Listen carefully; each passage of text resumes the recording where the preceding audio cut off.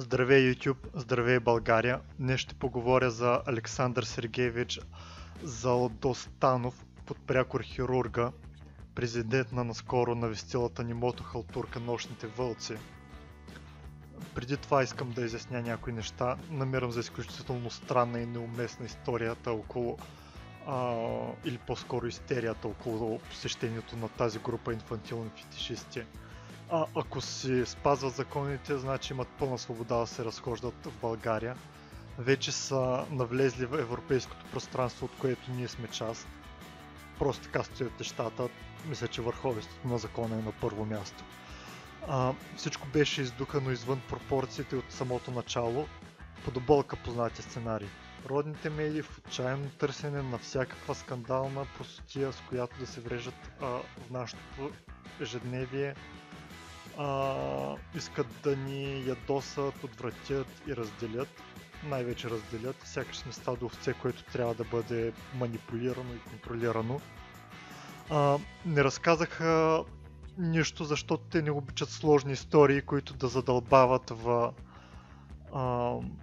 по-интересни неща. Нищо не може да ги отклони от пътя на ефтиния и порочен скандал. Мотоциклетисти, Путин, България. Само тези клишета.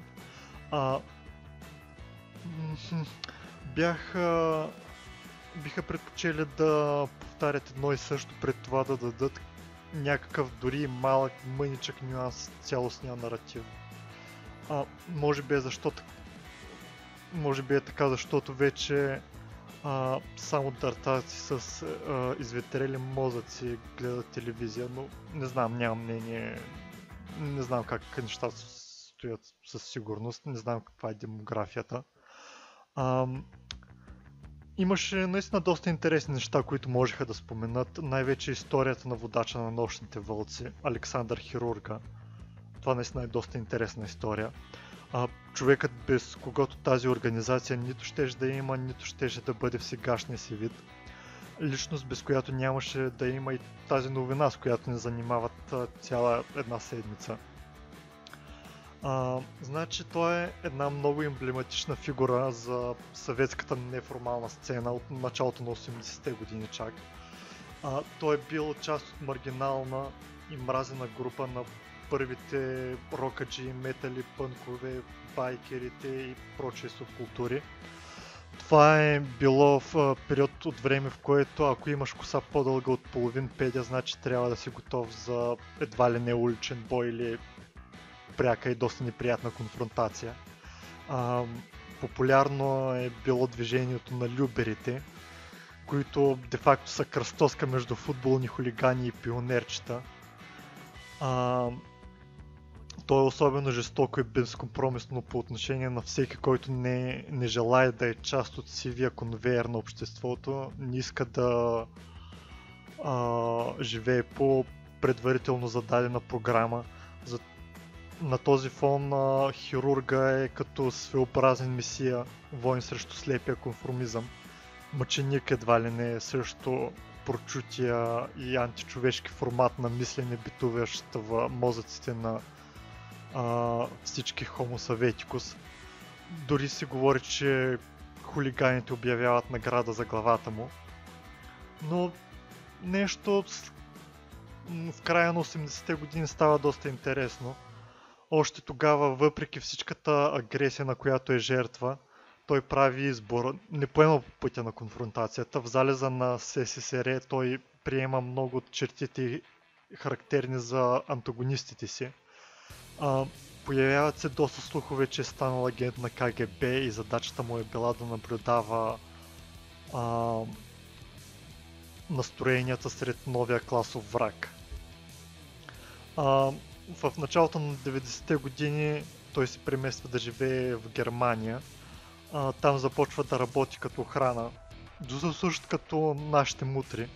Охранява заведения, където се провеждат мотошоута или по-скоро кабарета с мотори.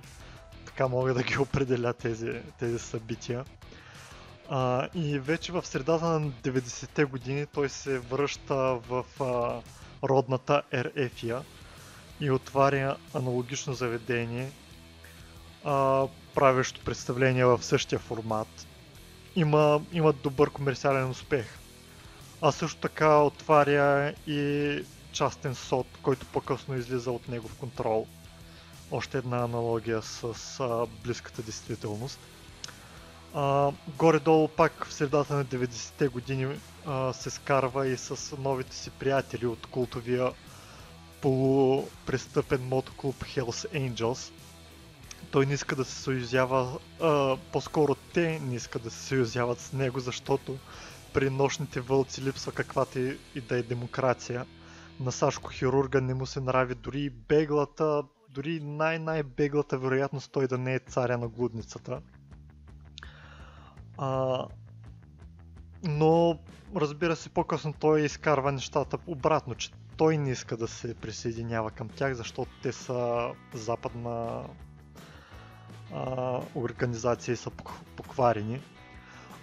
Малко по-късно, пак горе-долу в този период, той се скарва и със своите приятели приближени. Самото заведение с мотошоутата той отваря с помощта на членове на мотоклуба си. Те му дават пари. Но изведнъж се оказва, че той е едноличният собственик. Никой друг не участва. Всички негови партньори трябва да го духат. От тогава идва отлив. Той се скарва с едва ли не всички. И всичко, което е градил до сега е застрашено да рухне. Но той, бидейки верен на своята природа, намира начин с едни гърди напред да застане пред всички останали. Измисля дълги и мъчителни процедури за прием на нови членове в клуба. Само отделни избрани личности, предоставили известно количество финикийски знаци или доказали се със своята сервилност, могат да се здобият с бързо членство и уютно място до алфа мейла на групата. Така Сашко застрелва два заека с един куршум. Хем подсигурява финансовото съществуване на мотоклуба си, хем се здобива с ядро от признателни блюдолисти, крепящи вертикалата на властта му. Разбира се, на много хора това не им харесва и те се махат. По-късно хирурга нарича този процес самопречистване на клуба от продажни предатели. Цинизъм достоен за някои от кремълските медии. През следващите години клубът се разраства, разбира се, постепенно приемайки за своя идеология символите и клишетата на новата власт. Хирурга знае как да спечели голямо влияние и пари в Путинова Русия. Към 2008 вече официално клубът подкрепя Путин, православната църква, християнството, така нареченото героично минало, духовните завети на предците и прочие митове, свързани с съвременния руски политически фашизъм. Черешката на тортата е може би последното интересно събитие от живота на хирурга. Той е първия, който през 2014 година е награден с медала за връщане на Крим. Поради какви точно заслуги той получава новия военен медал, не става ясно, никой не задава въпроси. Като цяло, това е кратката история на мотоклуб, управляван като мафиотска организация. Едва ли има нужда да убеждавам някого, че на всяка стъпка те боравят с всякакъв тип коварство, досущ като самия Путин. Няма защо да се чудим защо родните патриоти симпатизират на тези самозвани мотористи. Те винаги са се възхищавали от всякакви ненаказани престъпници и злодеи. Разбира се, че ще се кефят и на идиоти от калибъра на нощните вълци. В това няма нищо ново, няма нищо изключително. Изключително обаче е историята на хирурга. Получил прякора си, защото е организирал много мотонадпревари, наричани от съветските мотоциклетисти хирурги. Това е история за човек, който се е борил против организации много по-силни от него, без да има каквито и да е шансове за победа. Само единствено за да е свободен да прави каквото иска.